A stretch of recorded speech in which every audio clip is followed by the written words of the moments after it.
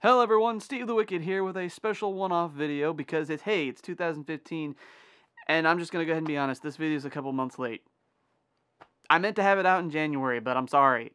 I'm late. I procrastinate. I'm lazy. Sorry. Anyway, in celebration of the fact that it is 2015, I thought it would be a good idea to make a video that compares the technology we have in the real world versus the technology we were promised in Back to the Future Part 2.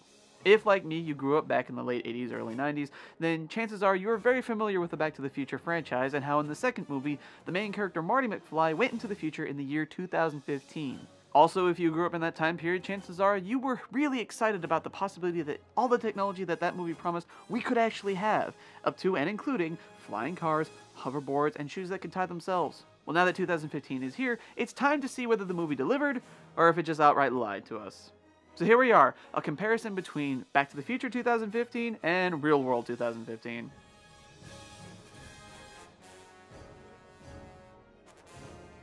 Now I want to take a moment to point out that I will not be starting this video the same way most other videos about this particular subject would start. That is, talking about the flying cars, the hoverboard, and the self-tying shoes. Just about everybody else and their mom is going to do that, so I thought I'd be a little different. In as much as you can be different on this sort of thing.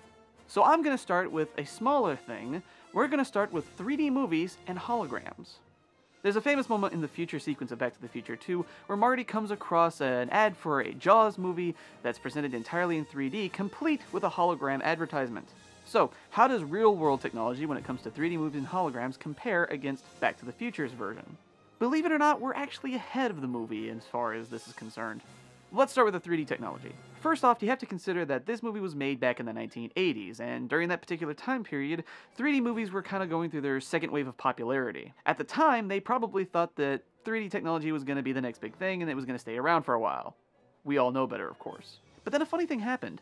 In the early 2010s, we started to see 3D movies make a comeback, so all of a sudden, we did have 3D movies again. The big difference, of course, is that our 3D movies were in much better definition than 1980s 3D movies. Also, it definitely seems like this time, for sure, 3D technology is going to be sticking around for a while. So how does 3D technology compare with what the movie presented? Well, unfortunately, we can't really compare it too well because we only see the advertisement for a 3D movie. We don't actually see the 3D movie itself. But if we were to go by just the advertisement itself, then one could presume that it probably looks the same way the ad looks. And if that's the case, we definitely had it better. But what about the hologram technology itself? How are we doing against Back to the Future's version of hologram technology? Again, we're doing better. If you don't believe me, simply compare their version of a hologram versus what we've got, say this holographic Tupac Shakur. Or how about this holographic Japanese singer?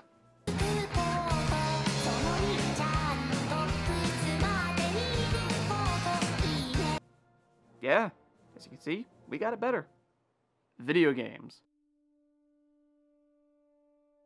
In a small scene featuring a young Frodo Baggins, no seriously, that's Elijah Wood in one of his earlier film roles, we see Marty teach a couple of young kids on how to play a game called Wild Gunman. It's a small throwaway moment, but the fact that the kid is amazed at how the game has to be played using your hands actually is a pretty big giveaway as to how video games presumably are played in 2015 in Back to the Future 2. My best guess is that it either uses some sort of mind technology or more likely uses some sort of motion capture technology. So how does Real World 2015 stack up against Back to the Future 2015?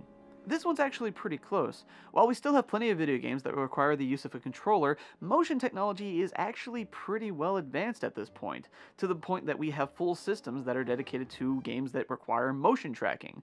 It's why we have stuff like the Xbox Kinect or the PlayStation Camera, or of course the Wii.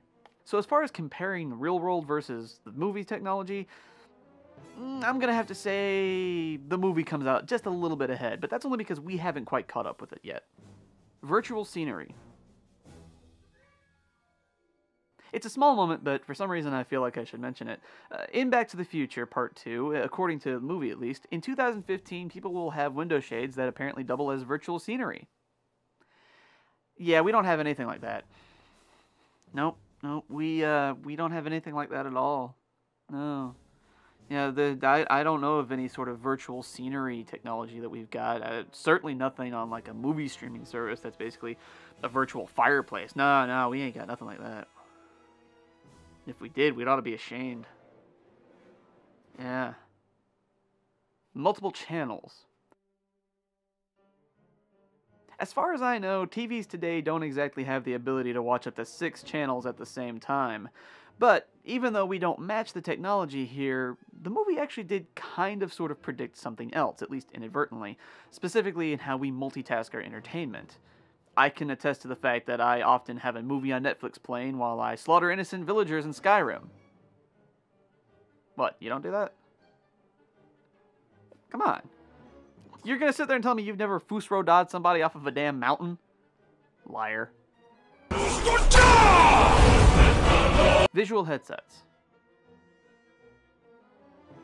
This one's kind of hit or miss. On the one hand, we don't have the technology that does exactly how the movie portrays we should do it, but with the advent of stuff like Google Glass, this technology really wouldn't be too far off for us. So the movie's kind of ahead in that regard.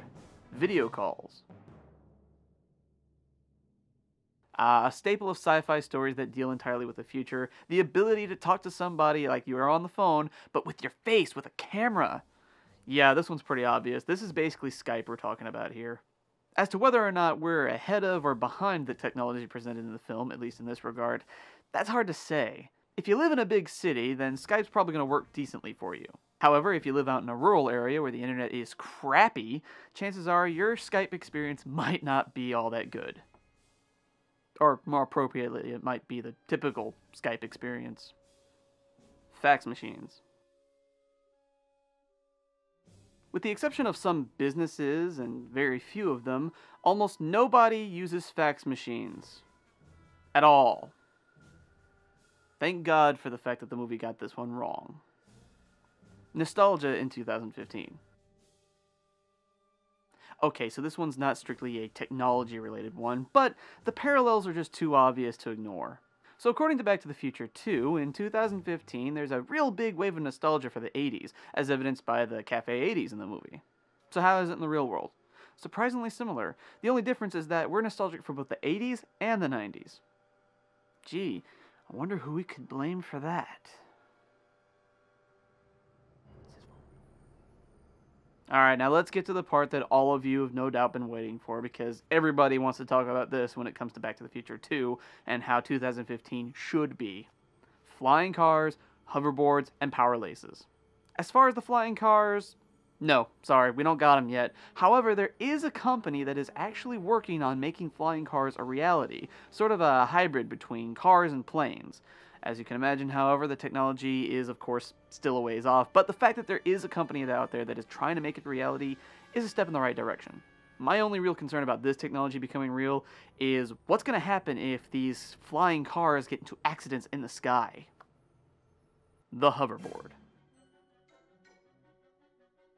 When this movie came out, this was the technology everybody wanted. Everyone! Even though we just somehow knew it didn't exist, although this wasn't helped by the fact that Robert Zemeckis made it seem like this stuff was actually real and that Mattel was actually going to be releasing it very shortly.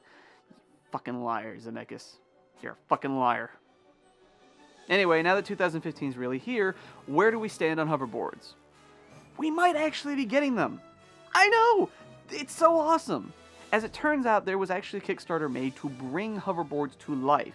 Now, as it stands right now, it's only a small working prototype, but it's still a working prototype. And the fact that we actually have a prototype period only means that we're going to be having this technology within a few years, 10, maybe 15 tops. I hope. I certainly would like to see a hoverboard in my lifetime. Lastly, the Nike mags and power laces. Okay, so I kind of have to mention these two separately from each other, the shoes and the power laces. As of 2015, Nike mags do exist. In anticipation of the upcoming year, Nike actually released real versions of these shoes. So yes, for a very expensive price, you can have the same shoes that Marty McFly wore when he was here in this time. But what about the power laces? Those aren't here yet. However, Nike has actually put in a patent to bring power laces to life. So we might very well have that, if not by the end of the year, then possibly by next year, if not the year after that. So it's coming. So there you have it, a comparison between real-world 2015 technology and technology as presented by Back to the Future. How did we do overall? Well, to be completely honest, even though we don't have hoverboards, flying cars, and self-tying shoes, I'm happy with what we do have.